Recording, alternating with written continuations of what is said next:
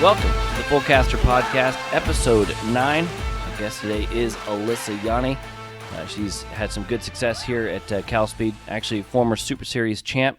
Has done pretty well in the endurance game, both Machismo and Ironman, but also has done competition karting stuff with 206. And back in the day, the PRD pilot program, she was at the front runner at that deal as well. But we're going to get a chance to talk to her in a little bit. Excited to bring her on and kind of see what she's been up to and see what the hell's going on for her. First, Dirk, this is our 10th episode, man. So yes, current events time.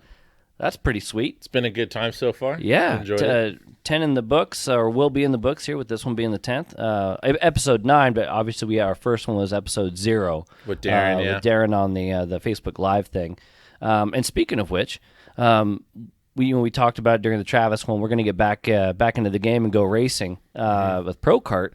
We're going to try and do that Facebook Live thing again, I think, right? That's kind of what we're thinking.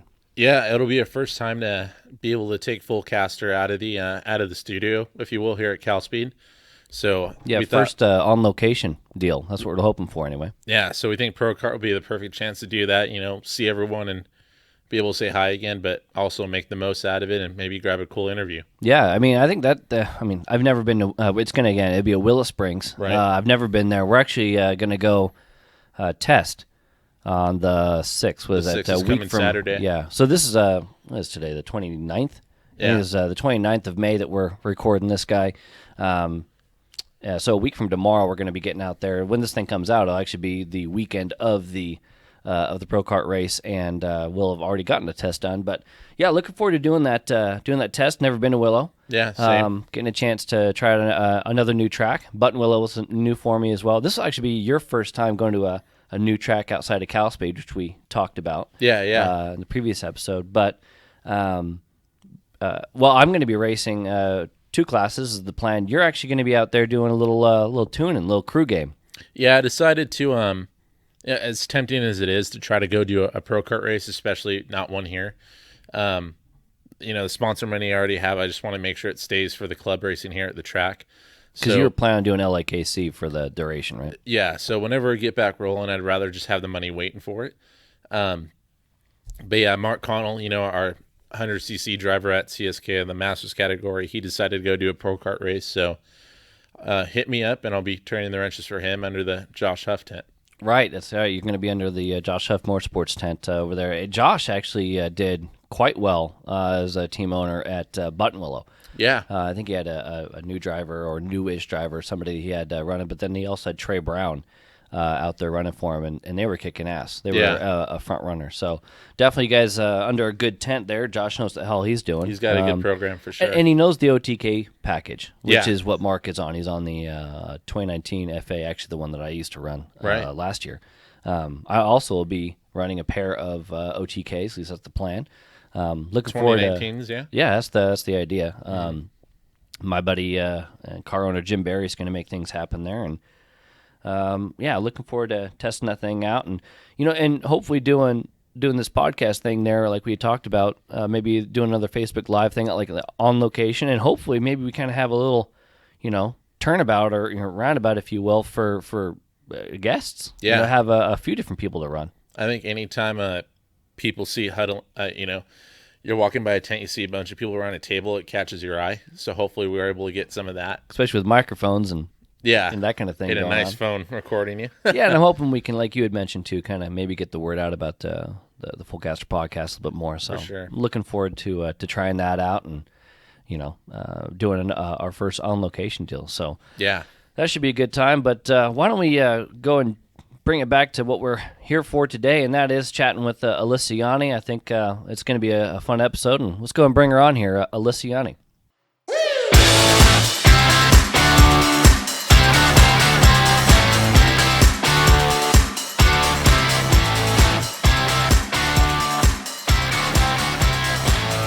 Alyssa Yauney, thanks for coming out. Thanks for having me. I know you're pretty stoked about this podcast thing. You're really looking forward to it. I was going to ask you, I haven't actually talked to too many people about it, but have you listened to any of them? I mean, the joke is I think that almost all of our guests so far aside from the very beginning, because there wasn't anything to listen to. But Right. have you listened to anything that we've put out? Really, I only listened to one of the two parts when you asked me to be on it, and I was like, maybe I'll like see what actually they do, so I kind of like prepare myself. Had to see if it was worthwhile. Yeah. Had to run it by your agent. It's gonna help out the brand. Nice. Before I accepted, I had to be like, do I really want to do this? Are they that interesting? Oof. We aren't. No, we're hoping that you are. That's why there's guests. It's not Exactly. that Mike and Derek show. But so yeah, you got a chance to check it out, and here you are. What we ask all the guests, what they do for a living, or what's the day to day, and what they've been up to. Well, right now with quarantine, I've just been at home, but I'm still in school, so I'm still taking classes. What are you in school for? I go to Cal Poly Pomona, and I study mechanical engineering. Nice. And what made you decide on mechanical engineering? Well, I know that I wanted to go in for engineering. Just like growing up, I've always been interested in like how things work and figuring out how they work and taking things apart, putting them back together.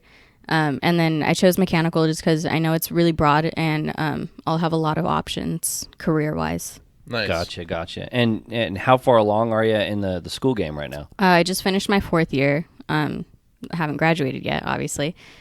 So I'm planning on graduating spring 2020 or 21. Gotcha. So you've only got a year left, and at that point, that's the plan. It's on the job market, right? Trying to go. Is there a particular application or a particular job that you're looking to try to get into? No, not currently. I have an internship right now. I haven't been working because the office isn't open. But so far, that's the plan. I enjoy that for right now. I don't think it's. What is the internship? What are you it's doing? actually at a civil engineering company in Ontario. Oh, gotcha. Yeah. And So what does that entail? Like, what are you doing over there? So I work with the pipeline groups. So it's just a bunch of it's mainly gas pipelines. So we work with construction companies and the gas company, and then we just do all the drawings and plans for them. Gotcha. So is that like doing like the CAD drawings and stuff? Gotcha. Yeah, that's all I do. It's CAD. I had a buddy, actually, John Meredith. He runs the Kart Indoor Racing Center in Tigard. He went to Washington State for mechanical engineering, and I remember he goes to school. I think it was a deal where Dad would pay for it if you went to, or whatever, some crap like that. Right. But anyway, he goes to school for mechanical engineering, and I think he was thinking he would apply it in a certain way, and then he ends up getting his first job, and he's like writing manuals.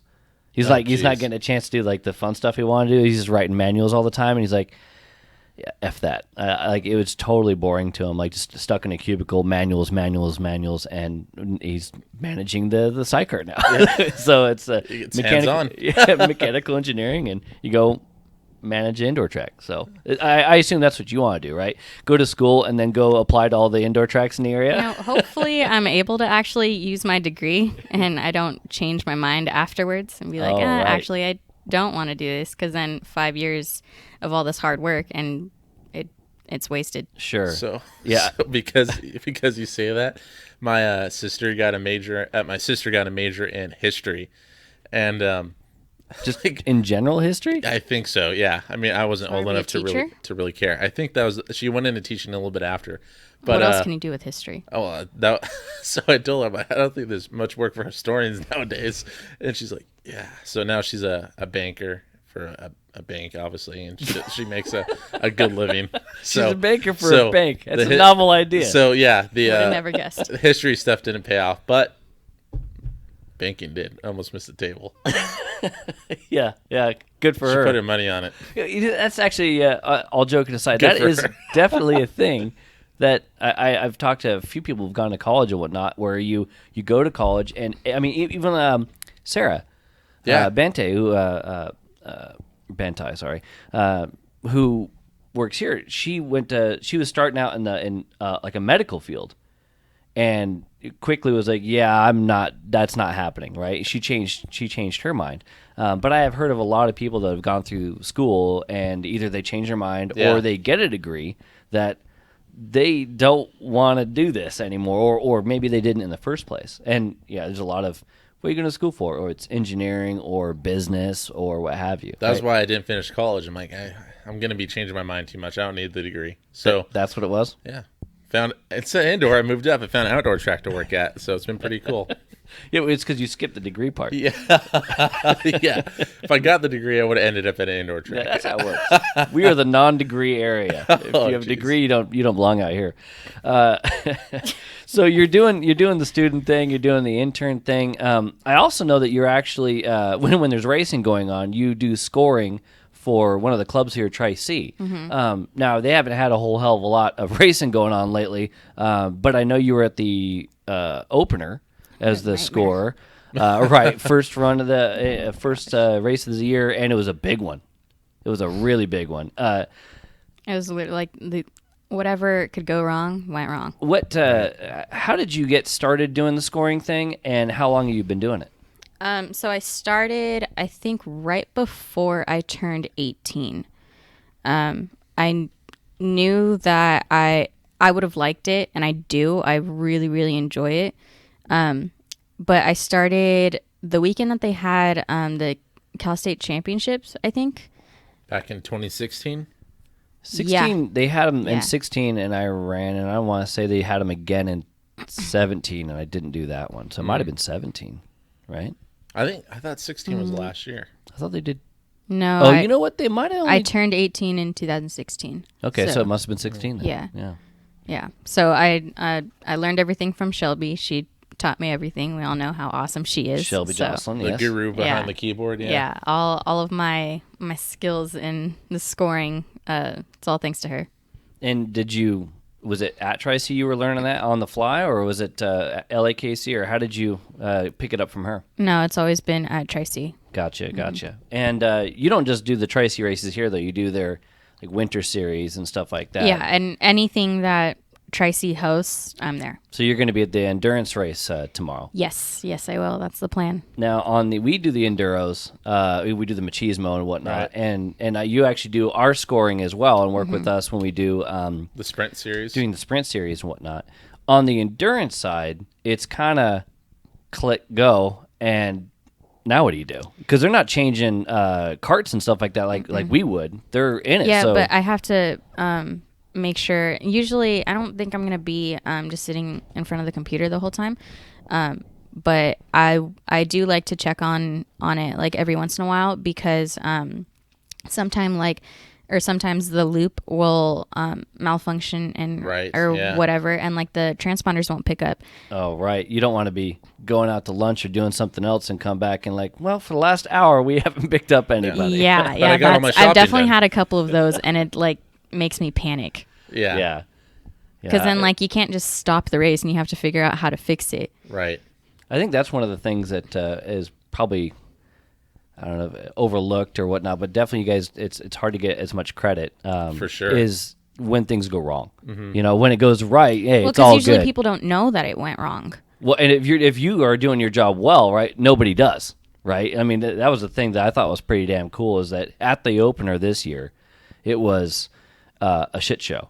It was because there was 160 drivers. Yeah, and house. It wasn't because their scoring was a problem. It was because the registration was a problem. Basically, the system. I mean, you lived it, Alyssa. You know better than I. But the system that you put everybody in orbits on their computer, basically, I don't think it took a shit. It got like an update or something like that. Yeah. Right? So the computer itself updated, and sometimes this happens, sometimes it doesn't. But for whatever reason, like Orbitz reset itself when the computer updated. So we had to go through the whole like installation process again. And it inputting didn't. Every driver, right? And transponder.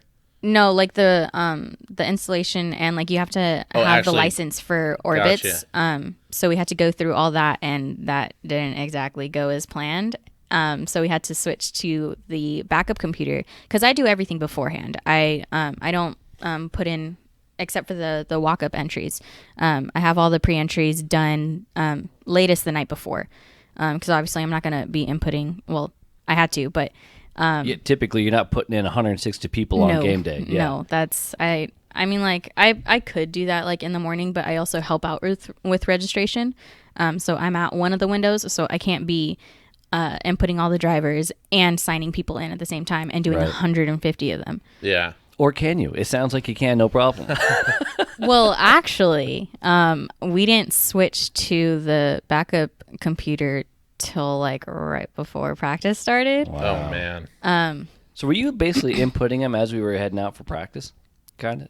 Yeah. Wow. Next session, that's when you start the next group. Yeah. Well, it took me till the end of qualifying to like actually like finish Finalize putting everything in. Yeah.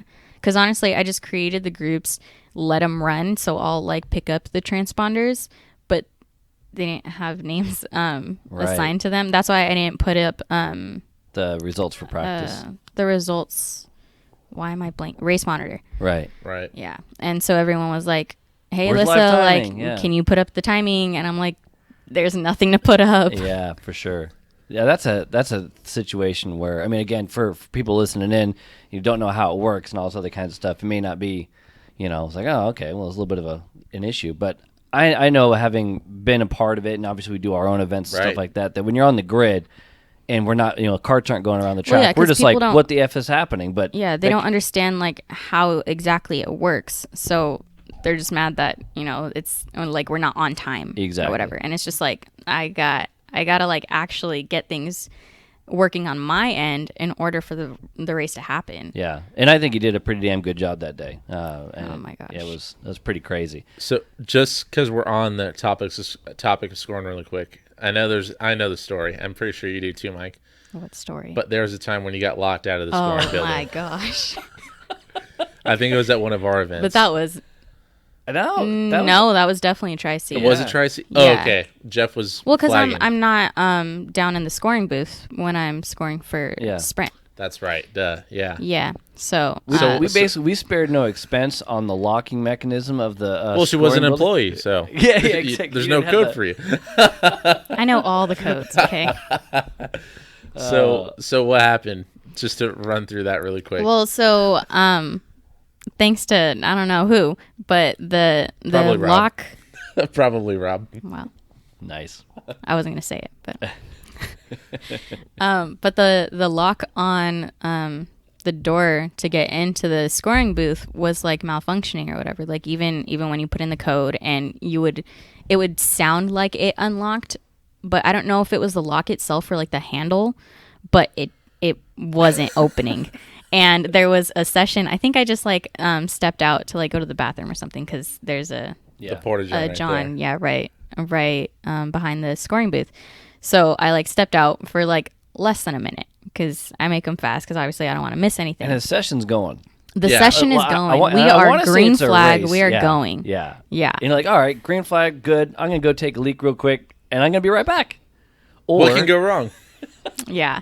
So luckily, when I set up the wiring to connect the computer to the loop, I put it through the window. So I knew that the window was open, but the window little me, like, I can't reach all the way up there. It's also about 8 feet off the ground. Yeah. For those that don't know Alyssa, she's about 5 foot dead. Yep. Yep. Not a tall person. Mm-mm. So you ended up having to climb the tower basically there to jump in. I think Luca got in. Did Luca get in? I thought you crawled through the window. I thought it was you too. Yeah. I thought someone. I think Luca was telling me about it. Oh, but that's got to be that's got to be nerve wracking though. If you think about I was that, right? screaming. The race is going on. You can't get back into scoring.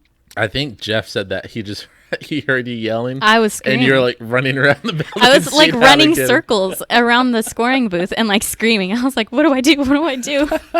Oh my gosh. This is the worst bathroom break ever. It's, you know, you get. But I had complained to you guys before about the door and the lock not working. So I was Yeah. like, why haven't you fixed Yeah, it? well, I think what yeah. happened was, and Bob had gotten over there a couple times, and this is obviously really good podcast stuff. But I mean, it basically the damn it that comes in and out of that thing was just getting hung up. Like it wasn't going all the way in, and so I mean, you would that and the other thing, the handle wasn't working. But anyway, we got yeah, a new lock on there now. good times, good It times. works. Finally. Yeah. Does it actually work though? No, it does.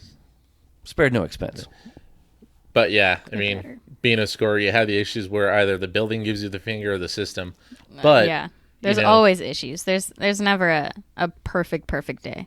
But and Mike, you can agree with this because this is what I learned from when I started and when Shelby was the original scorer for us was you know, you pay that score the X amount, to hit the button and whatnot, but to get you out of the oh shit moments. You know, Yeah, that's they what got to know it. Yeah, Yeah, Like so my that's wife, where the value really Becky comes does in. it too, Right. And it's one of those things, and it's tough for her because she only does it once in a blue. You know, Alyssa's doing it all the time, and you know Shelby does it all the time, and I'll have some kind of conflict or whatever. You know, I won't be able to get one of them. And hey, Becky, congratulations! You're doing Super Series for the first time in 2 years. How's her She's reaction? Like, F you, basically. She ends up coming in and knocking it out of the park anyway. But Yeah. just not having the opportunity to do it all the time and knowing the ins and outs and the troubleshooting. Yeah, because there's a bunch of little tips and tricks, and if something little happens, then sometimes you just don't know what to do. And I'm able to like play around with it, and I take the computer home with me, so I'm able to like really browse the Study it. Orbits software and figure out, oh well, this is how I do this, or if this happens. So I'm able to get a lot of practice on it besides the actual race days. Sure.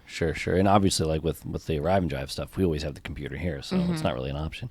But moving on to things that are actually fun to talk about, right? This is fun to talk about. I Her love getting, her Okay, getting locked maybe out was pretty fun. Fun for me is karting, right? And going racing and whatnot. And you had said you got started in the scoring game, so you're actually involved in the industry on that side of the fence. And you've only been doing karting now for less than a decade, I want to say. Didn't you get started in your early teens?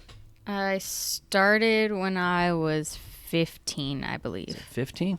How old are you now? 21. I had to think So- about it. I for didn't a think second. I couldn't remember if there's that or Yeah. 22. So not very long have you been doing it, but let's get into that. Like you get going, you're 15. Were you a racing fan at all? And how come we get to 15 and that's the first time you're going racing? Or is that when everything started for you for an interest?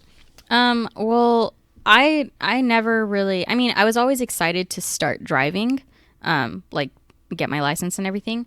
But I didn't know like I actually enjoyed it the way I do. And I mean, dare I say that I'm not too bad at it. I'd say you're okay. Yeah. I'm all right. I wouldn't really brag about myself. But I started, I think I was probably like 12 or 13, and we went to K1 Speed. And I think the very first time I went was with my dad and one of his friends. And, you know, they loved going. They always went. But it was my very first time. And I got stuck in the hairpin, like dead set, like I'm facing the barriers in the middle of the corner. Were you here at the Ontario location? Okay. Yeah. And so we know that it has like the little switch to like go reverse. I don't know if it's still in the same place, but when I went, it was between my legs down here. Right. And I couldn't like get the switch to work because like I'm tiny. I'm already small right now, so I was smaller back then. And like the helmet, and I couldn't like see down because like the bottom of the helmet was blocking my view. And I see people coming like towards me around the corner, and coincidentally it was one of my dad's friends, and he's going for a pass on someone. And so I know that they're not paying attention. They probably don't exactly see that I'm right there. So I'm like fidgeting with the switch, like, or trying to get it to work. and I got smacked from the side. And I was like, I was so scarred from that. I was like, I don't like Racing this. is stupid. I was like, why? My first time there, I like ended up with a really bad bruise on the side of my leg. And so, of course, I went home crying. Was it your dad's friend that hit you, or Yeah, oh yeah. man? He felt so bad. He felt so bad. And of course, like I Meanwhile, wait. he's like, your lap traffic. So. Yeah, right. He was You like, know? well, you shouldn't have been there. Yeah. I've watched oh god, what's the freaking Tom Cruise movie? Why can't I remember? Days it? of Thunder? Days of Thunder. Good God. I've I'm seen like, Days which of Mission Impossible? I've seen Days of Thunder. When there's smoke, you just punch it, Chewie. Yeah. You just get through Yeah. that thing. Oh wow. Or through Alyssa, whichever it is. Oh jeez. Oh man! So your first experience in any kind of It went driving well. thing is Yeah, perfect. traumatic to say the least Yeah. for a munchkin there. Yeah. And especially going home to my mom, and she was like, Oh, of right. course, because like moms are protective, they safety everything, and so she was like, nope, I don't want you doing this. So of course she was like, she didn't want me going back because obviously if it happened again, or if it happened once, then it can happen again. Sure. So how is the second time, and what is the second time? Did you stay out of like I'm not doing this for? I think I didn't go back for probably like another year or something. Yeah. And did you get coaxed like, okay, Dad, I'll go, but don't bring your friend? Actually, he went again. Oh man.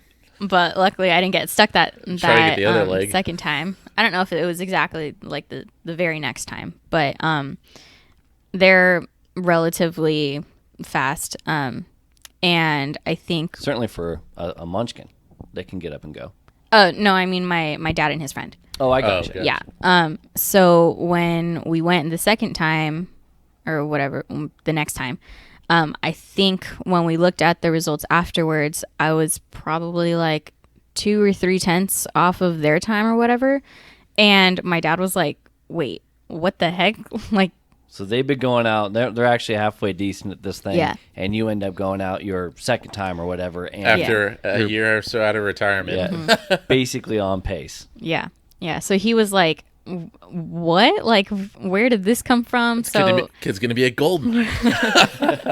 So he was like, yeah, we need to get you out more. And then eventually found CalSpeed. And then we just came out here for just an open practice, did a few sessions when you were here. And it just went from there. Yeah, I remember your first time here, and out of the gate, you could tell there was like this person's better than average, right out of the gate. Fairly quiet and timid, but definitely had a little something. I mean I remember when you came out too. It was and talking with you guys after, and I mean I've said this to other people before, but when you work the track and you get a chance to see people come through, you can kind of tell, especially when they're first time there or whatever, if it's clicking or not. If this person's got a little something. When we talked about, with Casey, I saw that right away, and with some of these other kids, seen it right away. And with Alyssa, it was no different. And it seemed to me that your dad was definitely the driving force behind you getting going. Were you equal in that interest in getting that motivation, or was it kind of the Doug Yauney show at that point? No, I knew that I really enjoyed it, that I wanted to keep going. It was just really fun. And I've always been a pretty active person because I just like going out and doing things and getting moving. So this was just another thing to be active, even though a lot of people, you're just sitting in the seat. We all know Yeah. it's more than that. You just gotta drive. How hard is it? All you got to do is turn the wheel. And why do you get so tired? Yeah. But yeah, that's it. It was definitely, he kicked it off, because obviously I wouldn't have been coming. I couldn't pay for it myself, obviously. So he was, a lot of help on that. But yeah, he found it. And then once I realized how much I enjoyed it, I was like, yeah, definitely going to keep this going. Do you think it was your first day out here? You're like, okay, I definitely want to keep doing this, or you just knew that it was an interest? Probably the first day when I came out here, and I was like, yes, yeah, like this cool. is what I want to do. Yeah, I remember talking to her and Doug about getting into the Super Series. Because there, I mean, oh God, I can't remember what year this is now, but I don't think there was another option. I think it was 2014 maybe. Probably sooner than that. 2013 or 12. 2013. Yeah. And there, we didn't have sprint at that time. It was just super. But Yeah. we're talking about, these are the days of the 120 people showing up and stuff like that. And again, 200 pounds minimum. Oof. Right. Yeah. So that was the big thing. And like I've always said, with anybody of your, small stature and that kind of stuff, we have kids coming through here. And as you said, you were smaller then. It's, can you reach, can you drive the go-kart with all this bloody weight on there? And how do you get the weight? So I remember talking with you guys about that, and it was definitely okay, we're going to see about how we can make this happen right out of the gate. You know what's interesting, though, is I didn't know that Doug was actually, like, frequenting K1s, and, like, he was driving we didn't a go bit. that often. Okay. It was more him and his just friend? like a It was a once in thing a he'd while. It wanna was a do fun that, thing. yeah. Because when they came out here, I don't think Doug drove. I think it was just you, and I don't think he really got into it until, or decided to run. 17. Well, yeah, later. Yeah. And then, he's obviously one of the better Masters drivers these days now. And there was a whole time period, though, that he didn't run at Yeah. all. So that's interesting. I didn't know that he had actually done that. When Well, he used to race motorcycles. Dirt bikes. really? Oh, I didn't know on that. motocross or like enduros, or do you know what he I did was exactly? really young. Yeah? Yeah. So honestly, I don't know details. Gotcha. But I think we would like go occasionally with him, and I always wanted like my own little mini bike. You But could still get one. I know, You yeah, fit. I'm Same still the size. same size. But I always wanted to do that, but my parents didn't want me doing that because it was dangerous. So I knew that. K1's way safer. Me and my friend will take you next week. Wham! Yeah, bam. Jeez. You liar! So yeah, they didn't want you doing the two-wheel gig. So what was the alternative? Was that when you guys decided to go karting, or? Yeah, I think that was when. Well, it wasn't until like a while after when I got a little bit older. Because when we used to go and watch him, I was really young, really young. But I guess this was the safer alternative, and I knew I wanted to drive. Gotcha. And did you guys watch racing on TV or like that? I mean, were you guys racing fans at all? Yeah, but I'm not like super into it. Like I won't watch it religiously. If it's Right. on, my dad watches more than I do. If it's on, then I'll watch it, but I don't like record it every week or like set reminders to go and watch it. Is there Right. one thing that you kind of is attracted to you more, like F1, IndyCar, NASCAR, any of those kind of things? Or If I watch something, it's probably NASCAR, but I really enjoy watching rallycross or rally cars. yeah, Whatever it's called. Rally, where it's just going through the woods and whatnot, or rally cross where they're going against each other, like on a closed course. Yeah, the smaller. Yeah, I'll tell you All that. the That stuff's action. exciting. Yeah. Yeah, the rally cross stuff. Because the stuff's actually happening. Yeah, and it's for sure. it's action packed from start to finish. Mm-hmm. Maybe between the land rush start, Joker laps, etc. Yeah, I agree. The rallycross shit's pretty sweet. I've got a chance to do rally.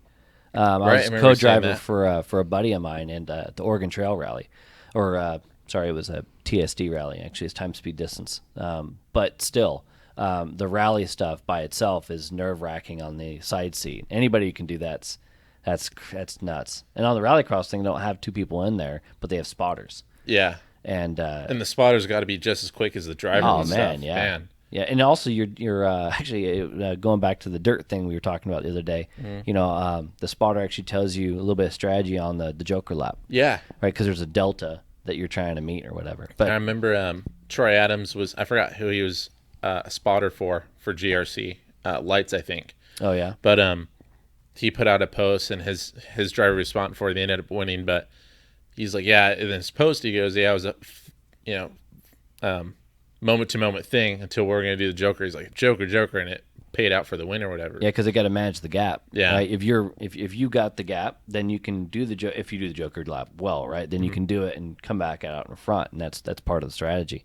And I tell you, that's the rallycross stuff is really really cool. I mean, we know Christian Brooks was getting into that actually did that for a little bit in the lights. Yeah. I think he's doing That was an F4. F4 now, I think, but regardless, yeah. And actually, didn't they have?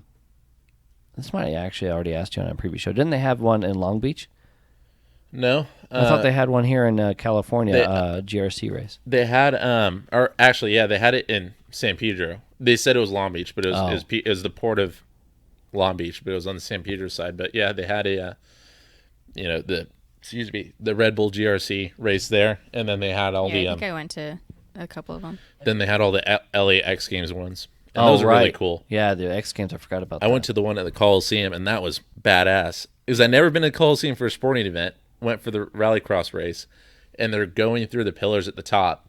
The peristyles. Down the stairs onto the field, which is covered in dirt. But that was just so cool to see. I remember seeing that, and it reminded me of, I think we actually talked about this with Casey, and it was the old stadium trucks. Right. The Mickey Thompson series and whatnot. Oh, that was a Darren. Oh, no, it was a Darren, yeah. And they'd actually go up there through the whole deal. And what's really cool about the X Games there is Rob was actually the race director for the rally stuff. Yeah, when they went to the actual streets of LA. Yeah, that was pretty bitchin'. Anyway, off on a tangent, and that's what happens around here. Have you ever had a inkling or a driver like that to go and do something besides karting, like go and race cars or do anything like that? I kind of had that in mind just for a little bit, but I kind of realized that this isn't the goal.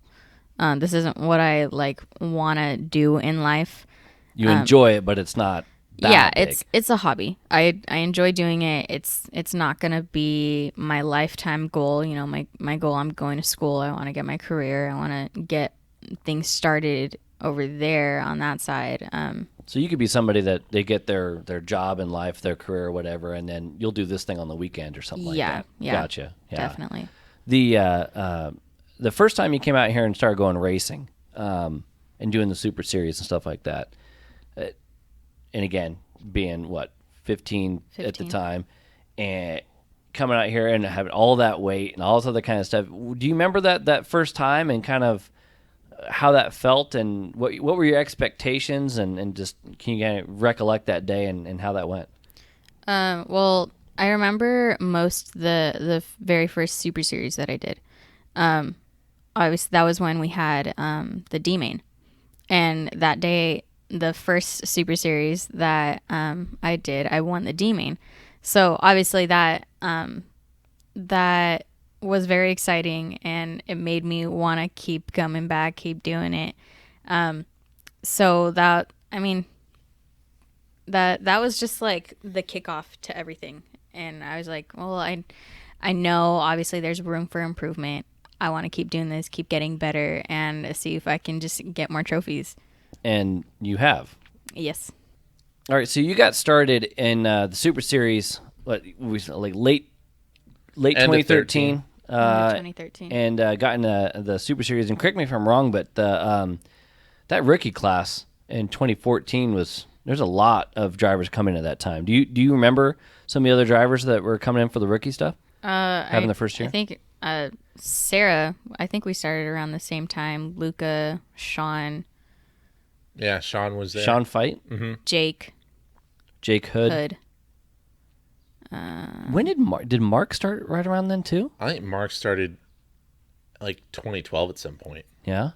God, I can't remember. I have to go back and look at those Who won the rookie championship? No clue. Was it because 12, the first person to get the rookie championship was Steve Spring. I'm almost positive. Was 12. Was 14 the Wes and Dimitri year?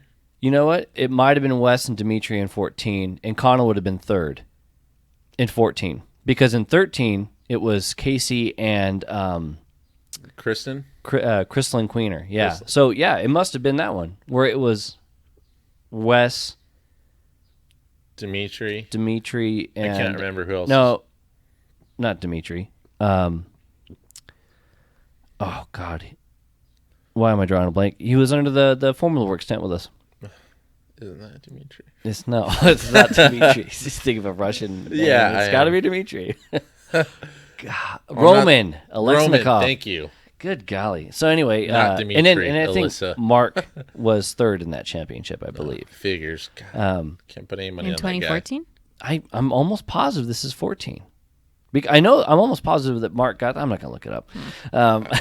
We can't be bothered with that. Point is that you get going in 14, and that's your first foray into racing and whatnot. Obviously, you had the good first day, grabbing the D main win and all that kind of good stuff. But what was that? That first year, did things come fairly quickly to you? Are you more of a, would you say, a learned driver, or were you going after that first year going, God, maybe I'm not so hot, or maybe I got this handle? I mean, it definitely took a while for things to click, but it was definitely a slow process. It wasn't like I was fast, like right out of the box. Yeah, it definitely took some time.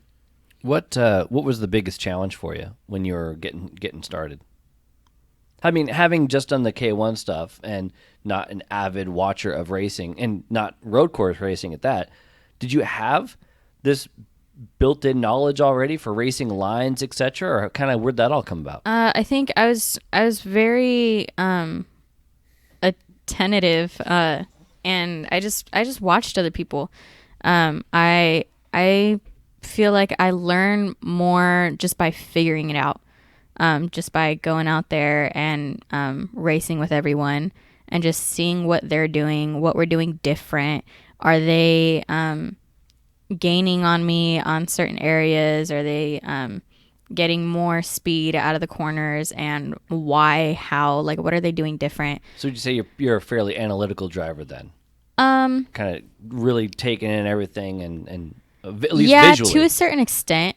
But I feel like I just start driving, and like the improvements will kind of come on their own. You definitely learn as you go. Yeah. I honestly don't get much out of coaching sessions.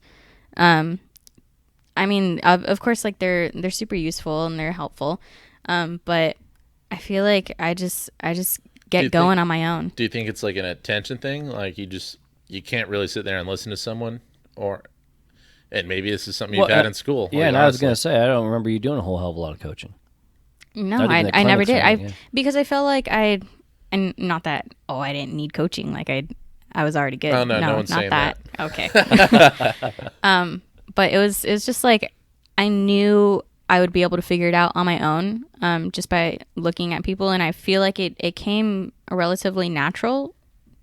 So it was more of a learn by doing and definitely, repetition and that kind of thing. Yeah. I mean, that's definitely a couple different. I'd say you're probably more of a natural driver in that aspect than a learned one. Right. But at the same token, it took a while. It took a little bit of repetition because I want to say, guys, so that's 2013. You first get started. 2014 is your first season, and you win the championship at Super Series in 2018. So, yeah, it'd been a few seasons, 14, 15, 16, do the math, right? I mean, you've got a handful of years under your belt at that time. But then that 2018 season where you end up winning the championship was freaking pretty dominant. I mean, as far as the overall, it didn't feel like it. Like it was throughout quietly the season. dominant. Yeah. Well, you're just so consistent. You're definitely more under the radar. You're not one of the loud personalities until you're working, unfortunately. Yeah. But yeah, you don't have these crazy moves on track that really draw attention. You're not loud in the paddock, and you kind of just keep to yourself in your small group. So I think that's part of the reason why you're so under the radar. Everyone knew where you're at in the points that mattered, but I feel like people didn't actually surprise, realize it until maybe like halfway through the season when I started hearing, because I don't pay attention to points. I've said it multiple times. I feel like when I'm paying attention to points, I do worse. Right. But I think it was like probably like halfway through the season when I started hearing little things that people were saying, and they were like, "Wait, Alyssa's in first, and like she has a little bit of a gap." And you're like, "I'm in first?" Yeah. And I was like, "Really?" And I want to say it was a tick after the halfway point of the season when you got your first win. I want to say it was like July or something like that. Around 7 or something. Yeah. So I mean, you were kind of under the radar up until that point. But then what happened is she wins in round. I mean, I think you had a podium or maybe two, or where you were close. Definitely in the top 5 a lot. Yeah, and I definitely missed a few of them. It was after that win that I think she went click to first with the drops and like that. And it was that point that people went, okay, she's actually been right there the entire time. And then you actually end up backing that thing up, I think a couple months later. I think I had a double where I won Ironman, and then I think that was the first. Was that the first one? Yeah, because you won. I know you won the very first 2 hour, I thought. Yes. And you doubled up that day. I was almost. Was it that same year? I think so. Yeah, I think so. Yeah, Because I think it was. It had to have been. Because we've only done the 2 hours now for a couple of years. Yeah. And I know. And I think it was that same day, so it might have been. That was the double up. I win the 2 hour and then win Super Series. Yeah, and On that was your own, first by win. the way. On my own. Yeah, soloed. Yeah. Yeah. That was definitely one of my biggest accomplishments, I think. You know what's interesting about that, though, you being under the radar and whatnot, it's not like, I say under the radar, you're quietly dominant, but it's not like you weren't already having success in karting. Like, you had, by that time, you had already done competition karts at LAKC. And for the life of me, I can't remember where you ended up in the championship. I thought you were towards the sharp end or won. I can't remember. For PRD? Yeah. I won. Okay, yeah. I thought you were. I knew it was close there for a bit. Nice. And you were running with Nash Motorsports at the time. There was like no talent that year in the field though, so it wasn't surprising. A bunch of idiots. I can't It's remember not like at you all. were there. I don't know. Yeah, is that the same year you were running? Yeah, And Miles and all those guys? me, you, Miles, Riley, Drew, and then the other guys were Ivan, Ivan. That's right. And No, some it was Kid pretty Tyler, stout. I think. Do you remember the finale? Yeah, I do.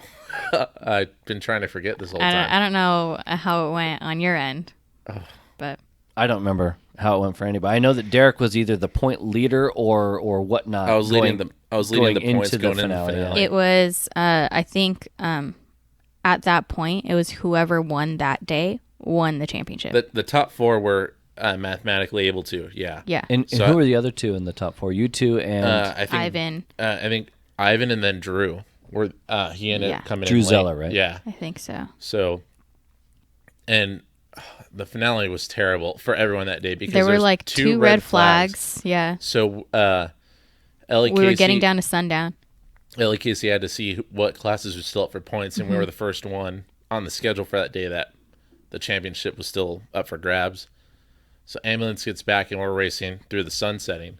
And they shortened the main. Yeah, oh I right. think it was down to like 7 laps. it was Around short. there. It was Yeah. super short. Was that the same year that they did the money race at like dark? I think that was the year after. Was that Yeah. the year after? Okay. But actually, we had a pretty cool year because that was they were paying us out for a few rounds. I remember. Oh yeah, they rotated the money classes. Yeah, around. But what I liked was they didn't. From what I remember, they didn't tell you what rounds you were getting paid out at. So you'd go get a trophy, and then they'd hand you a check. You're like, oh, cool. Like, and I think that actually helps out a lot with the racing on track too. Gotcha. So I mean, yeah, going back to that, you had already won a PRD pilot championship, which is like the rookie class for the Yes. PRD, because the PRD was the program back then. That's Yeah. what a lot of the guys were running. And I did that right after it was my full season of Super Series 2014, and then we did that 2015. Man, so let's talk about that. How did that whole thing happen? I mean, did you get done with the Super Series? Like, yeah, I'm ready to go. Let's go PRD racing. I mean, I was still doing Super Series. I was basically doing all of whatever racing we had here. I was basically racing every single weekend. So it goes back to, that was kind of my dad's idea, that it was just like, well, I know like there's something there, and like, let's just go faster. Let's see what happens. So we started looking into other things, and we found PRD, decided to do that, and jumped in LAKC and just started racing. And that was around the same time you were still thinking that maybe this racing thing could be something you do a little bit more often. Or you would. At what point did you Well, I switch? was doing it very often. No, I'm sorry. I mean, Could develop into something maybe. Yeah, maybe a race car driver kind of thing. Or did that kind of peel off already at that point? I don't think I ever went into it thinking more long term. Were you just thinking of maybe climbing the ladder? Mm-hmm. Yeah. Yeah. I mean, because like everyone starts off at a point and then wants to progress. So that's just what I did. So in 2015, you win the PRD championship, and you're still doing Super. And you've now got 2 seasons of Super under your belt. I think Iron Man too. I think, yeah. And then what happens in 16? Do you keep doing the PRD thing? I switched to X30, I think. And That's that was right, yeah. that- The year after you X30, did. like intermediate or something like that. Yeah. Yeah. I think it was that year that they like split the classes. Yeah. Yeah, they had you running together, but it was pro and then intermediate. Yeah. But that was actually a competitive year for you also. Yeah, I'd say I was. I mean, I wasn't like winning races or anything. Right. That was definitely way more challenging than what I had been doing before. But What was more challenging about it? I think it was just like with the speed you have to be more aggressive, and I was so used to like in Super Series you kind of can be more laid You got back. to finesse a little bit more too. Yeah. And it was just like the speed was a lot to handle. So I had a little bit more of a difficult time in the X30. I think I was getting like top 10s or something, but it wasn't anything like wowing. Right. So you end up going from, the championship in 15, and then move on to X30, doing a full season of that, still doing Super Series. Did you keep racing from there, or was it after that top 10s and whatnot, a little bit more of a challenge in the X30 that you stopped doing that, or how'd that whole thing go as you went forward? I think then I switched to LO206. Do we have 206? Oh, yeah, 2017. Was that For LAKC?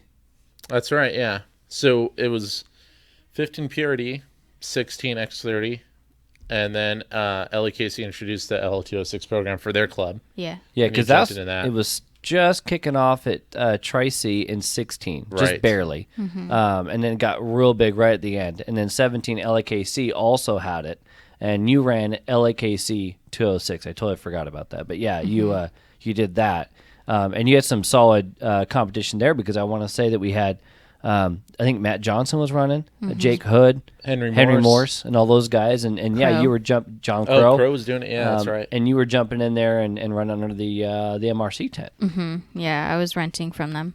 Oh, that's right. Yeah, you didn't. It was a renter as well. I forgot about that, because that's actually when you and I started going back and forth, much like what Derek and I did. Oh yeah, I was during coming PRD. like every single session. Yeah. Like, Mike, what do I do? It's doing this, it's doing that. What do I do? What do I change? What do I tell them to change? 'Cause Right. I don't do any of that. And what in the Pro Series was 17 as well, wasn't it? Or was it 18? It was. Is it 17 or 18? I forgot about Yeah. that. Yeah, it Pro was Series 17, right? for Because on the super side. on the Super doing Series sprint side. racing. So yeah, it was, wasn't it? Because we were using so the CalSpeed we bought a bunch of VLRs. VLR chassis with the 206 engine, and we would not only use them at Tri-C in the spec class, but we would also do what we called the Pro Series that ran in between. Quote unquote. Yeah, exactly, quote unquote. And what was pro about it, right, was the faster car. And that kind of was a harkening back to the pro class at Machismo, which we had just got done running for the first time in the 206 December of 2016. But yeah, so then we didn't do anything at LAKC. We only ran Tri-C. But 17 was really when 206 was booming, and you were running over there. What made you decide to go the 206 route after the X30? Was it because you hadn't done it yet? I mean, just what made you kind of go that direction, and then rent as well versus owning it like you had before? I don't think I knew that I enjoyed like Super Series more than I was in X30. Yeah, it just came down to like I wasn't enjoying it a whole lot. So I knew that I didn't want to continue doing it. And really quick to talk about that. What do you think you weren't enjoying about it? it just wasn't clicking. Like Super Series clicked. PRD sort of clicked. I don't know what it was exactly. I just wasn't really enjoying myself. Atmosphere or the driving? I mean, you said it wasn't Yeah, clicking, LAKC definitely has a different vibe to it. Yeah.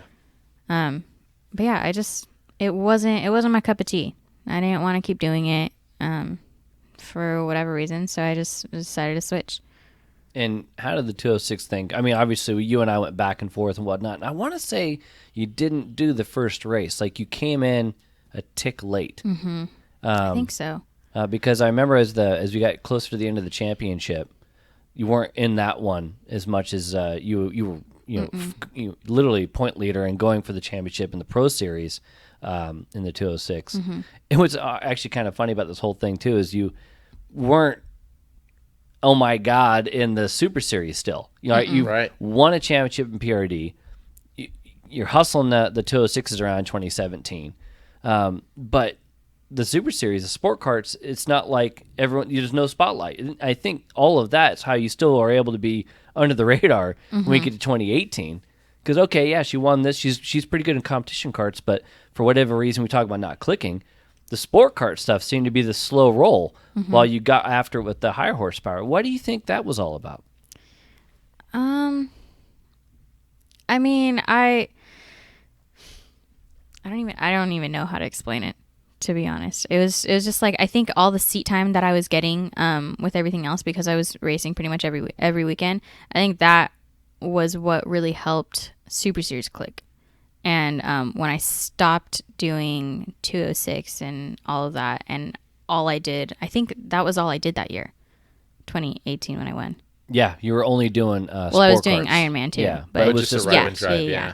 I wasn't doing 206 anymore. I think that was when I was like, I want more free weekends, and obviously racing is taking up all my weekends. So, yeah, I'll just the seat time, I think, and I just focused on Super Series. Not having to go back and forth. It actually reminds me of a conversation I had with Tony Wyka when he narrowly wins the Grandmasters Championship the most recent time, but he was actually doing 206 and Super Series. That's right. So he's doing because at that time we went 206 he was in also doing the Ironman, pro.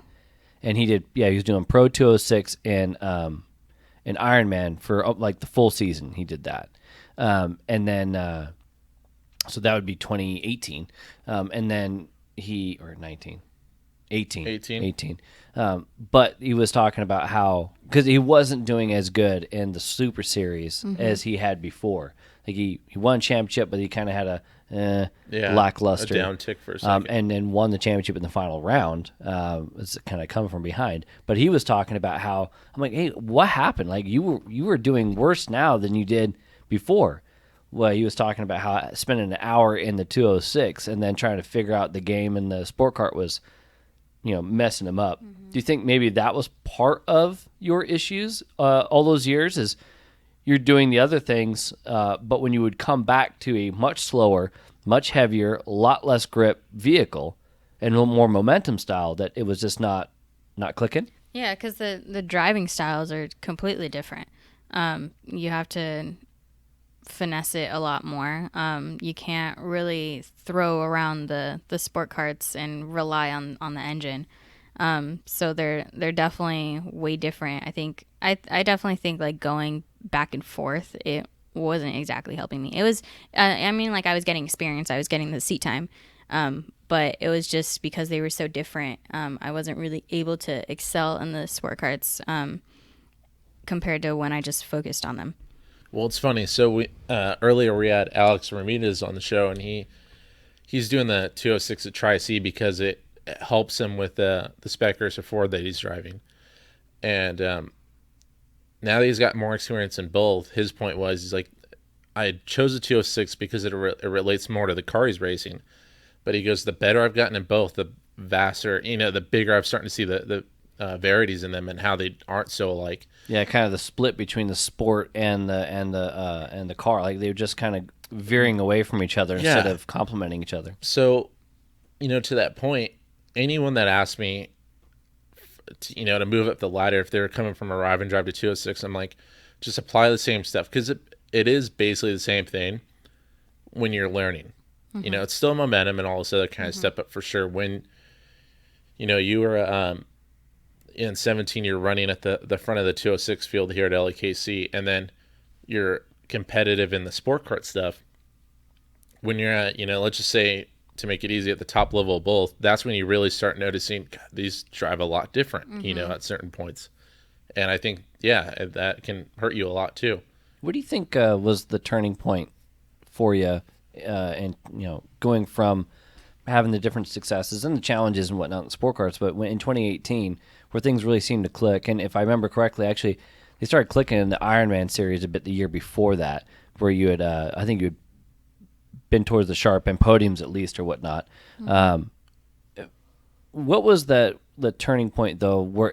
And was it like a light switch or anything like that, where you started going, you know what, I know what to do now. I know how to be up front. I know how to win races, going into the 18 deal, because you were pretty good right out of the gate.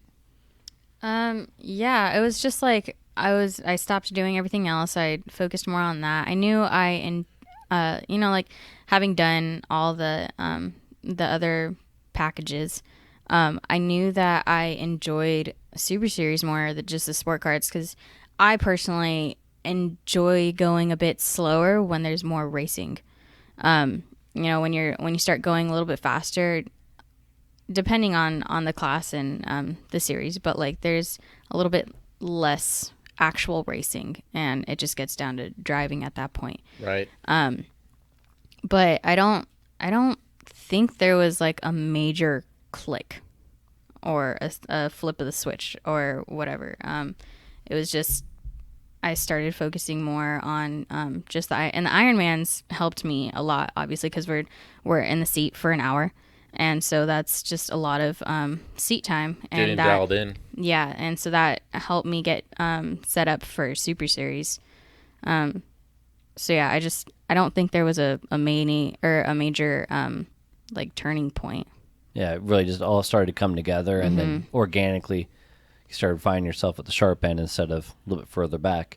I remember after going into the last year's season in 2019, well, let me back up. In 2018, I remember a very serious and stressed Alyssa Yauney on the sidelines, especially towards the end of the season. And when you became aware that the championship is possible. It's a possibility. Yeah. You end up, and I remember, and I would give you a really hard time about it, about talking to her about points. And she's like, I don't want to know. Don't talk to me. Don't tell me about it. She did not want to hear about it. And everyone knew. They would, when we're in the paddock and everything, and people are wanting to talk about it, and they're doing the little calculations and everything. Yeah, there's quite a few of those guys. And I'm just like, nope. Private drive. No. Don't tell me anything. Yeah, so what is that about? Like, for me, I enjoy the hell out of, diving into the points and also the kinds of stuff. And, as a promoter, I love talking to people about it, and all that kind of stuff. And you wanted nothing to do with it whatsoever. I wanted to do I think I did an interview with you before, I think when you had a chance to do, to clinch. I think it was that, the preview for that event or something like that. And I remember you were adamant about, I don't want to know what I need to do or how close it is or like that. Why is that, and where does that all come from? I feel like, I think it was, I want to say I won in 2018. Yeah. Yeah. And so it was probably 2017 that I think I was like top 5 or something like that, or maybe it was the year before, but it was between me and Sean to get 5th, and that was at the point where I was still I was paying attention to points. I was trying to figure out where I needed to finish, where he needed to finish. And because I had that in my head that I need to finish X amount of places in front of Sean in order to get 5th or in order to keep it. Yeah, and 5th being fairly important with the Super Series because it's a top 5 podium, so yeah. Hardware was up for grabs. Yeah, so I was like really paying attention to that, really aware of it. And I think I had like one of my worst days that day because I just had it so in my head that I need to get up to this point. Yeah. And I think Sean had like an amazing day that day. He had like the heat races did really well. I didn't do very well. So right from the beginning of the day, I was aware of points and like what was up for grabs. And it was just downhill You think right from the beginning. Coincidence, or you think it actually affected your driving? I think it affects me because I'm in my head about it, and I'm not focusing on the driving itself, and just, like now I take it race by race. Whatever happens in the next race, it's going to happen. Whatever happened just on track on the previous race, there's nothing you can do about it. You just keep moving forward. But at that point back then, I was so focused on, I need to do this, I need to finish in this position, and it really affects my driving because I'm not able to concentrate on what I'm doing. Was that in play at that PRD stuff back in the day? Yeah, that's what I was about to Were you ask. diving into the points there? Or? Yeah. I was very aware, like finale round of when we were doing PRD, I was very aware that whoever won that day got the championship. And that was a very intense day. Obviously it didn't mess me up that much because I ended up winning that day. I didn't know if it was maybe as you got older you started to pay attention to it more. Or maybe it's because it's so cut and dry. Like it was, that's true. If this person finishes here, doing it here or whatever for the Super Series deal for 5th, but having that clarity of going, just go win. Because there was no points for heat races back then. Yeah, it it was just the main. So having that clarity maybe of, if I win, I got it. If I don't win, I don't. And the fact that you were leading, well, don't lose the lead. So I guess it's pretty much, it's that. And obviously it ended well, so it didn't carry over as a negative, I would think. Yeah, no. Well, I remember the finale, we said we had 2 red flags and the main got cut short. And I think I started on pole I think for the finale. Yeah. And that was the end of it. We're coming. No, actually, we were coming to the green, and I don't remember who was in 4th, but whoever that was, and I think it was Ivan off pole. Mm-hmm. And whoever was in 4th launched him at the start. And I think that was me, actually. Well, of course it was. Didn't work out for me. But I was mad because I was like, "Are you kidding?" Like, it wasn't even like a fair start because 4th launched him. If it was you, I think it might have been, yeah. But I was like, "Are you kidding me? Like, I'm gonna lose the championship. I'm gonna lose it." Not even because he beat me out of the gate. It was because he got an assist from the back. So I was mad. We were going into what track were we on? I think it was it was definitely reversed. It was counterclock. I think it was grande counter. I remember it being reversed because you and Miles had a coming together Did in we have a bus Technico stop. yet? Up in the bus stop. 14 was the first year of Technico. So yeah, we already Technico had it. was a thing. I don't think it was at the end of the season yet, though. I don't think it was a finale thing. It might have been. I mean, I can't remember exactly. But you guys are definitely going reverse. It was counterclockwise for sure, but yeah. But so lap 1, I was, and just from that, he got such a big gap. I think coming out of carousel, he was just way out there, and I was so upset. And I was like, "Are you kidding me?" But he ended up having some motor issues, I think, or something like that. His tire fell off. He did. His tire fell off at the top part of the circuit up here. Going into turn 4, he spins off the course and his wheel's off. So at this moment, that. I'm catching Ivan, and Mike all season has been telling me, he's like, "You got to stuff the kart." And he's not telling me to move anyone out of the way, but he's trying to get me comfortable with passing and not having bumpers, right? Mm-hmm. He's like, "You got to stuff the kart," and I'm catching Ivan. And at this point, I'm like, "Oh man, I'm gonna catch him and just leave him," because of how fast I was closing on him. Mm-hmm. So Ivan's leading. You're second. No. Well, actually, I think she's in the lead at this point. Oh, gotcha. This is 3rd or 4th. Because I think I got the lead back in lap 1. Okay. Yeah. So I'm like, all right, here it comes. The turn, he's opening it up, and I'm like, I'm going for it. And then as soon as I poke the nose, tire comes off and he flies off the side of the track. I'm like, I didn't touch him. I was in my own head. I'm like, man. But I think that was all behind me because I don't remember that. Gotcha. So I think he backed off. I know he had some motor issues because I looked ahead and I saw him, and he was kind of looking to the side, you can tell it was what the heck is going on? Yeah. That was his He had a tough year luck-wise, too. I remember him having a few mechanical issues. He definitely overcame because he was the most experienced guy out of the whole group because he was doing F100 at the time, and I think that was his second year of that was his second year of PRD because the year before I did 2 races with Steve Jasinski, and I raced against Ivan both those races. Gotcha. But no, for sure, Ivan had us covered on experience. Oh, yeah. But thinking back to it, it was so funny because it was the handful of us that just happened to move up all at once from a ride and drive together. I think I just remember thinking that I was like, oh, he's out now. Or I think like I looked back a few times and I didn't see him. And I was like, I'm good because he wasn't there. Yeah. I knew he if anyone, sorry, you were there too, but no. I wasn't worried about you. The guy who was leading the points going into the day, right? Jeez. But I just remember I was thinking, if he's not there, if he's not right on my bumper, I'm good. I'm set. I have it. Like, I have it locked down. I just need to get through this race and finish and cross the finish line. And I got it. Yeah. I remember that whole talking with Derek. And you and I didn't go back and forth on the LAKCs until you started doing the 206 thing. But Derek and I would. Yeah. And definitely some of the back and forths we had, and I guess just the mental side of things for sure was massive during that period of time, and how to deal. And I remember the stress of the event from his standpoint, which is really high because he didn't have it, or he had it and could lose it, and you were going the other way and could get it, and it, like you said, whoever won would get it. And yeah, it was definitely a fun day being on the outside. Like that day in the heat race, I remember I think I finished.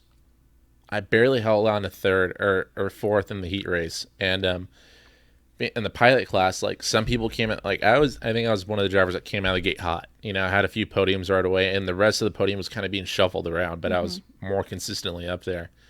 And towards the rest of the year, it's a stacked field, right? Like the top 4 can win this thing, but I barely hold on to the top 5 in the heat race, and I remember being like, man, the kart just doesn't feel right.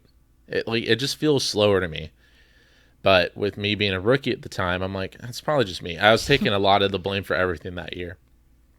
And in the main event, I'm like, all right, something's definitely wrong with the kart. And the championship's lost, so I didn't even mention the go-kart. But Casey used it for a coaching session the next weekend with John Silva, back when they're on the Vemi karts. But anyways, Casey's like, yeah, I couldn't keep up with John, and he's supposed to be the coach, right? And something was up with the carburetor. I'm like, oh man, like I never would have thought about any of that stuff. But to touch on the field that we raced against that year really quick, it's so funny to think back to. We're in competition karts, and it's a bunch of ride and drive guys that all moved up together, and we're like holding the outside on each other and stuff, and we're leaving each other room, like shit. Yeah, that we definitely played it nice. Yeah, like, and when I was talking to Mike and getting in a 206 and like, especially I learned a bunch in the 206 doing the CSK team with him, but he's like, you do not hold the outside in a competition kart. And I'm like, I learned that the hard way. Yeah. And no, so did I. So I'm like, man, we were way too nice to each other back then. Like, yeah, I would have definitely made you guys lift a little bit more if I had known about that. And that was just it. You guys were racing each other just like you would in the Super Series. And aside from Ivan, you guys were all Super Series drivers. Yeah. Drew was, Riley was, both you guys, Miles, so on and so forth. Everybody was versed in that deal. And then in the 206s, we started going even slower. And you can hold the outside if everybody's on the same page, but the whole you got to give the other guy room rule isn't really in the game with the competition karts. Because we were so used to it from the sport karts. Right. Yeah, we just didn't know any different. And honestly, like the 206 stuff, it came down to who and when you're going to try to hold the outside on. Like we both had our instances, right? But I mean, it's just so funny to think back to us racing in the PRD and be like, why the hell was I leaving her room? Or, like I could have put you in the wall and not getting a black for it. or on the other side of the coin, right, where you ended up in the fence going into the Long Beach reverse. Yeah. Because you were on the outside of Ivan, assuming that, hey, he's going to give me the room. When and no. thinking back to it now, I'm like, what the hell was I doing? Put myself there, But as you say, rookie driver, new to the game, trying to figure things out. And that was actually part of the turning point in your season. For sure. It was started out good, and bad things started happening, and it was stuff like that too. Or having old dirt tires in the rain and crashing coming out of the Luckily, pits. that was the CalSpeed non-points race. That's right. Didn't matter. Oh, that was the first one, huh? Yeah. I bent my axle on that race. But what happened in the rain race later that year? You kicked ass. I got sick. Oh, it was such a close race between me and Miles. I don't even know where I finished. I lapped you like 3 times. I suck in the rain. I suck. I remember when the rain was coming, she was her classic, Man. that's it.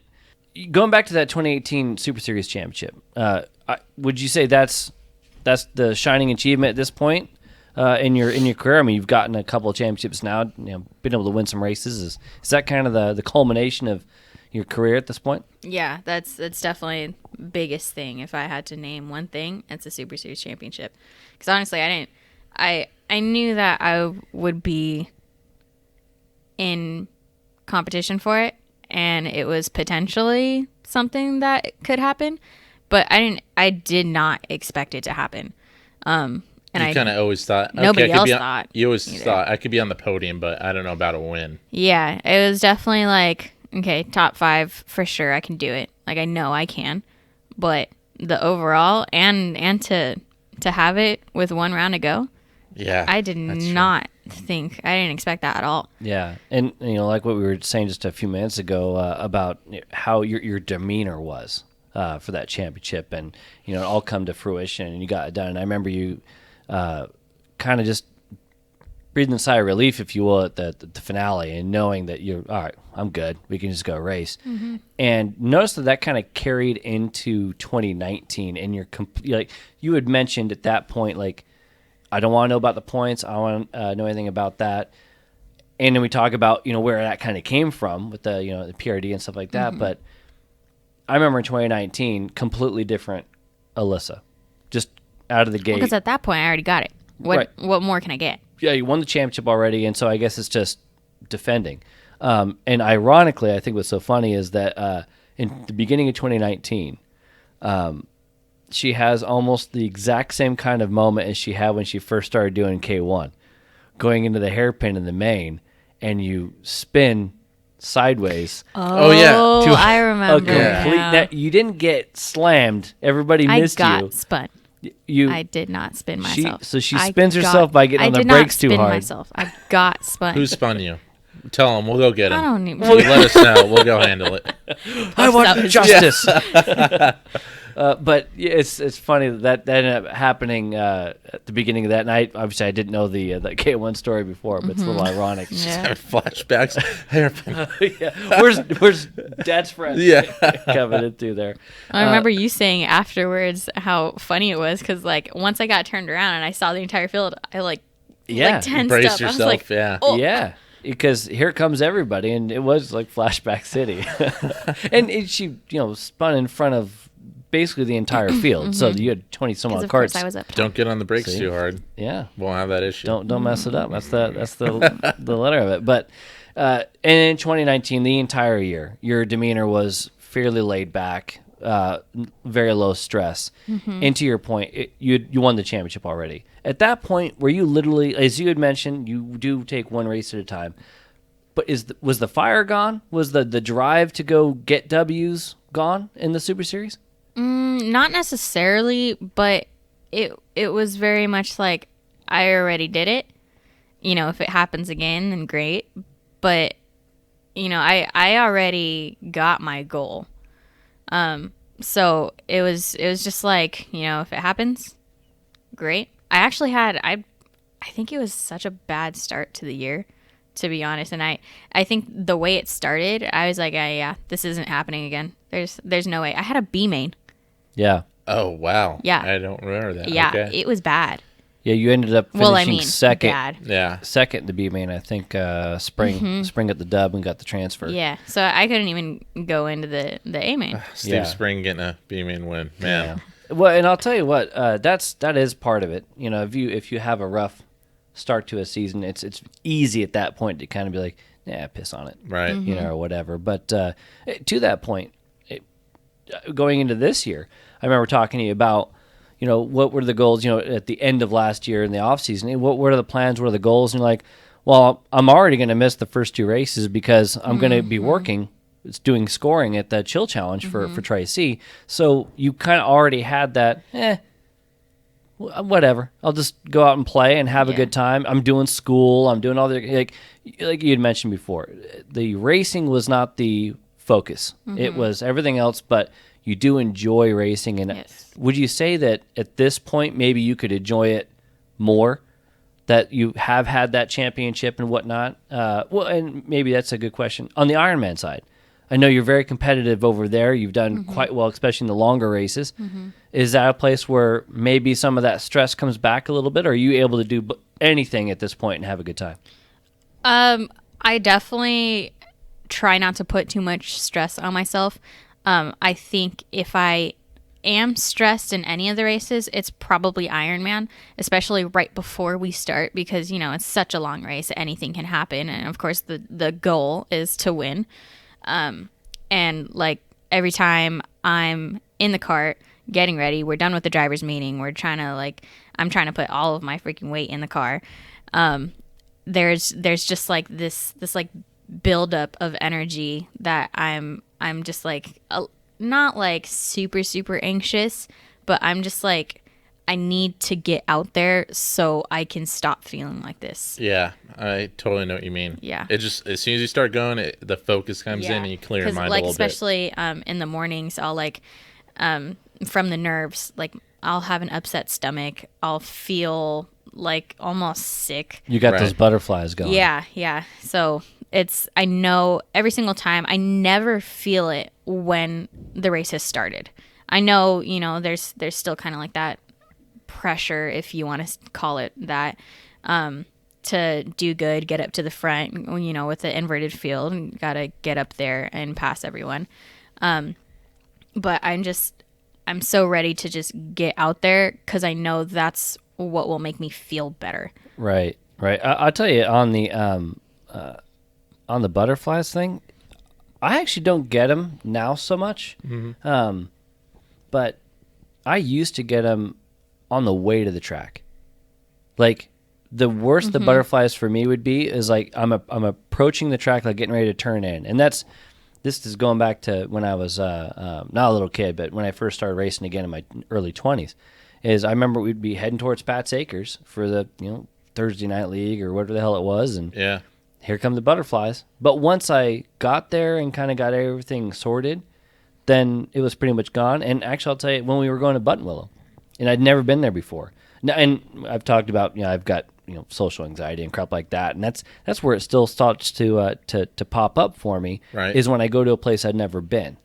Like, I'd never been to Buttonwillow, so I don't know what to expect. And the anxiety part of me is like, I don't want to do things wrong and crap like that, right?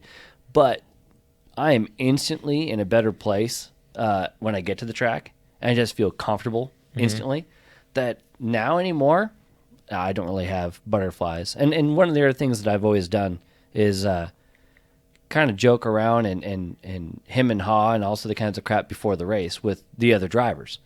So, 206s, right? We usually starting towards the sharp end, and I'm effing around with people and joking around and whatnot. Getting in their heads. Yeah. Well, and it's not a mind game. It's just, I guess that was part of my way of relaxing a little bit, keeping it light, and not getting into it.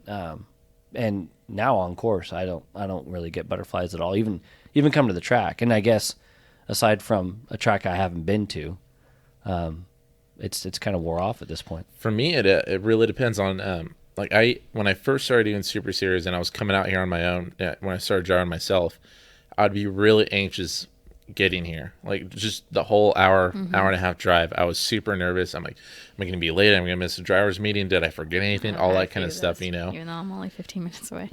So now I don't have that problem as much, but for me, I get really anxious. It determines where I'm at on the grid.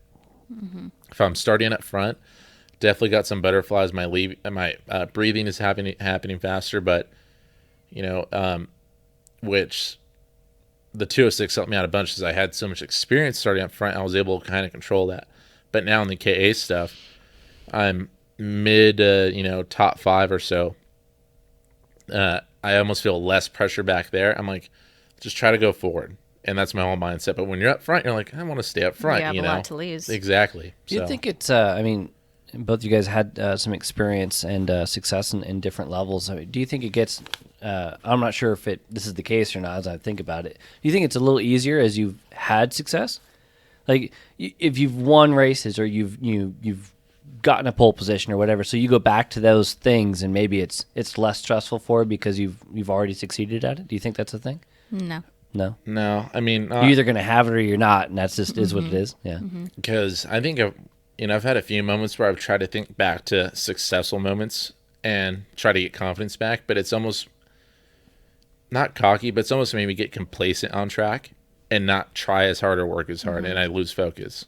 I'd rather go in as the underdog and just have nothing to lose and just try to prove myself something. I don't know that it's that my any success that I've had has really affected the butterflies. I really think it just comes down to comfort, and that kind of thing. If you're comfortable going in, and again, like I said, I still got him at Buttonwillow, but it was more about it was going to the track and all that kind of stuff.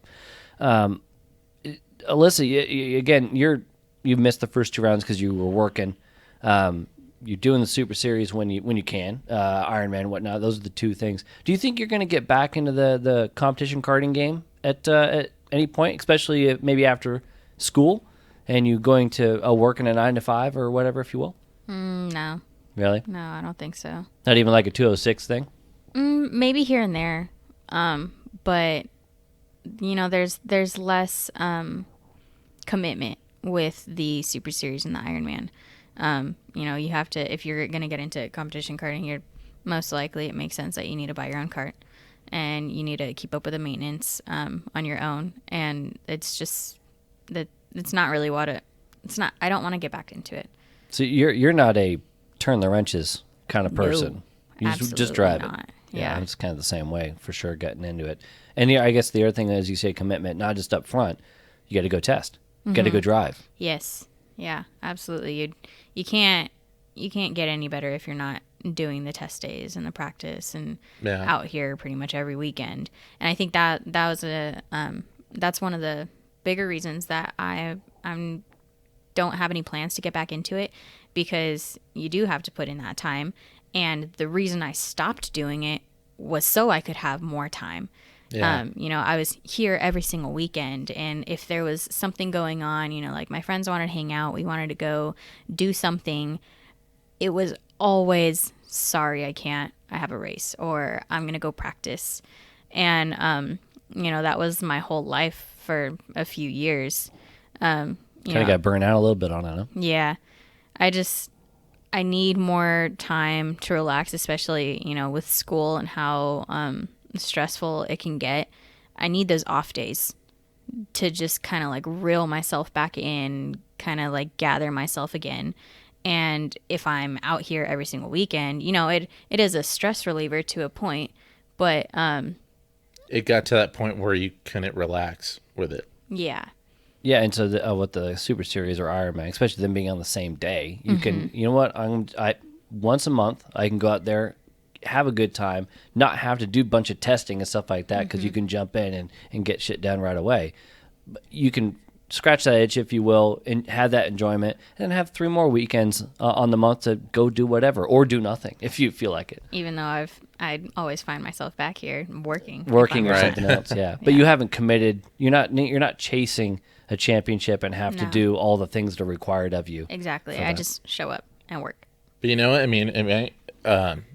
If you were to jump in and do a 206 and you'd figure it out quick because you've already driven it, and because you wouldn't do a full year, it could be your vacation day or something along the lines of that, something stress reliever. If you felt like doing it, Yeah, I could, but I think, obviously you got to pay to do it.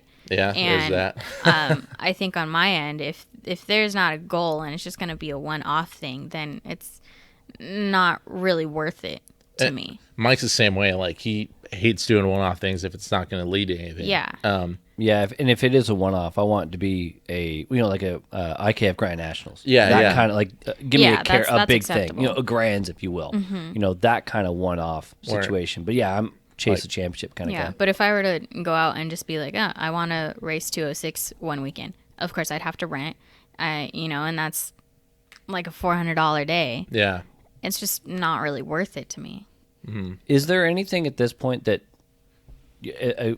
a goal or some kind of event that you'd like to either do or win, or like, God, if I may not race all year, but I'm going to do that race, that kind of thing? Machismo. Mm-hmm. Yeah.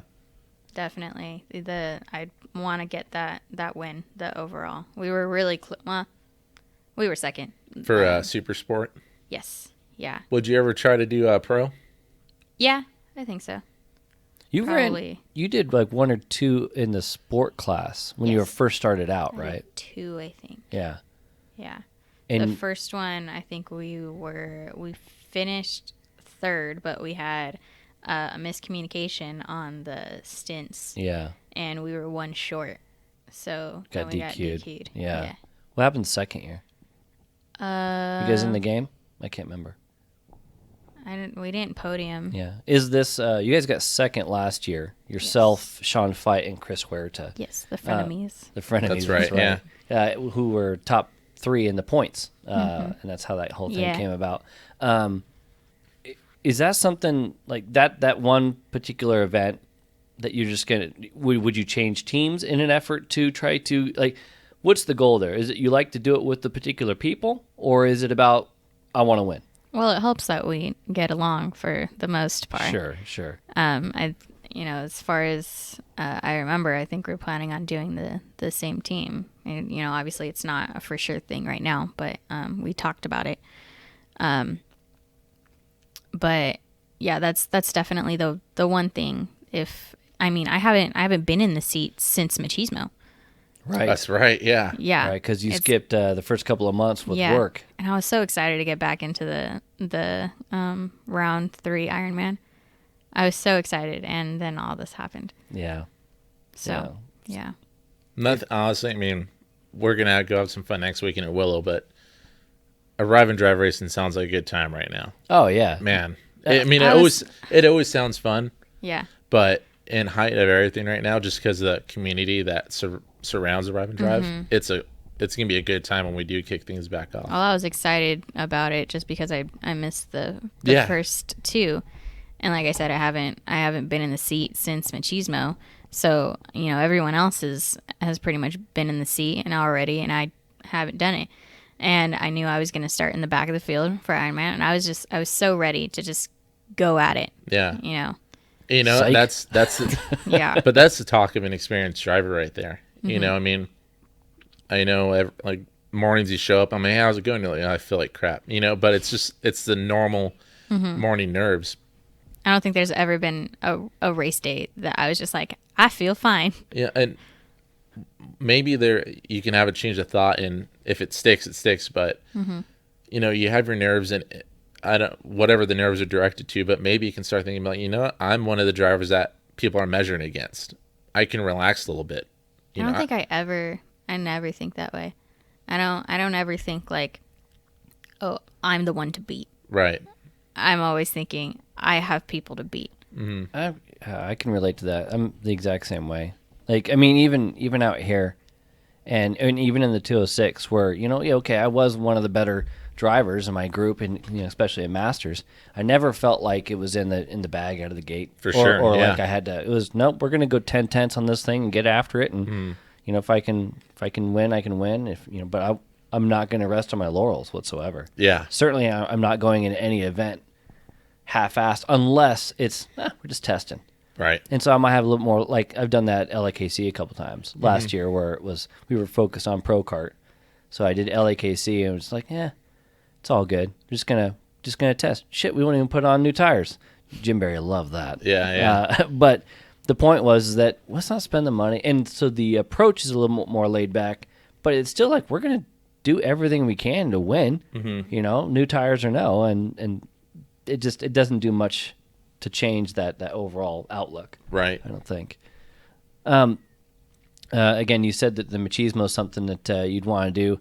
And if it was a one-off, it'd have to be a thing. One of the one-offs, I can't remember, I think maybe you did one, was the oval. Did you do, I thought you did. I think I did 2 of them. Did you? What do you think of the oval? Is that be something you'd want to do? Yes. Yeah? Yeah. Oh, really? Okay. I didn't think that I would enjoy it because we're just Neither did I when I first did it. Yeah, we're just going in circles. I was like, no, I want to turn left. I want to turn right. I want to do both. I want to, God, go on it the was bigger so much track. fun. It was so much fun. Yeah. I really enjoyed it. Way more than I expected. Yeah, the oval thing. We were actually Derek and I talking about this in one of the earlier episodes. I think with Diego Alvarado on the oval stuff. And when I got into iRacing, I went straight to oval. Like I wanted to do oval racing. I grew up watching oval racing. When I started doing racing myself, it was always road course. But I gravitated towards that. And I remember when we did the oval out here for the first time, I had a freaking blast testing and playing around and trying to hold the outside and also the kinds of stuff. And what Derek and I had brought up, I think it was last episode, is there's such a large group of people that are now CalSpeed customers that started in like 2017. So they've never done a Grands, they've never done an oval. They don't even know what it is. They haven't they haven't experienced it. And we've actually, I want to say, have more NASCAR fans now with like, the full throttle racing with Ivan and those guys. It'd probably be big. They didn't even know we had a D-main. Right, exactly. Yeah. Yeah. Yeah, it's the And oval it's funny thing to was say because I'm the younger one yeah. of everyone. And, But I now started you're before them. You're the Veteran. elder statesman now. Yeah, Yeah. you're a veteran Yeah, of that group. I'm quote unquote older of the groups, but I'm only 21. Imagine how Yeah. Patrick feels. Yeah. He's the Just proper adult. Just in sheer experience, having 5-6 years under your belt with some of these other cats just starting out. Well, I gotta tell you, Alyssa, this has been a lot of fun chatting with you and kind of getting to know you a little bit more, Yeah. especially on the racing side of things and whatnot. What as we get racing again here, we get things going. What's next? What's on the docket for you for the rest of the year, racing wise? Just get back into Super Series, and I'm more excited for Ironman. Yeah, For sure. I really just want to get at it. I'm excited to start at the back of the field and just go. yeah, and you think kind of cutting some laps and getting things ready, and got that machismo carrot at the end. I gotta assume we're gonna do a machismo. I don't see how We we better. Yeah. I don't see why we wouldn't, to be honest with you. So, yeah, so it's getting ready and getting things dialed in for machismo for you with the Ironman races, eh? Yeah. That's definitely the preparation. Gotcha. Well, once again, thanks again for coming out here, playing with us a little bit. Stopping by. Yeah. Yeah, thanks, man. We'll see you the next one. Thank you. See ya.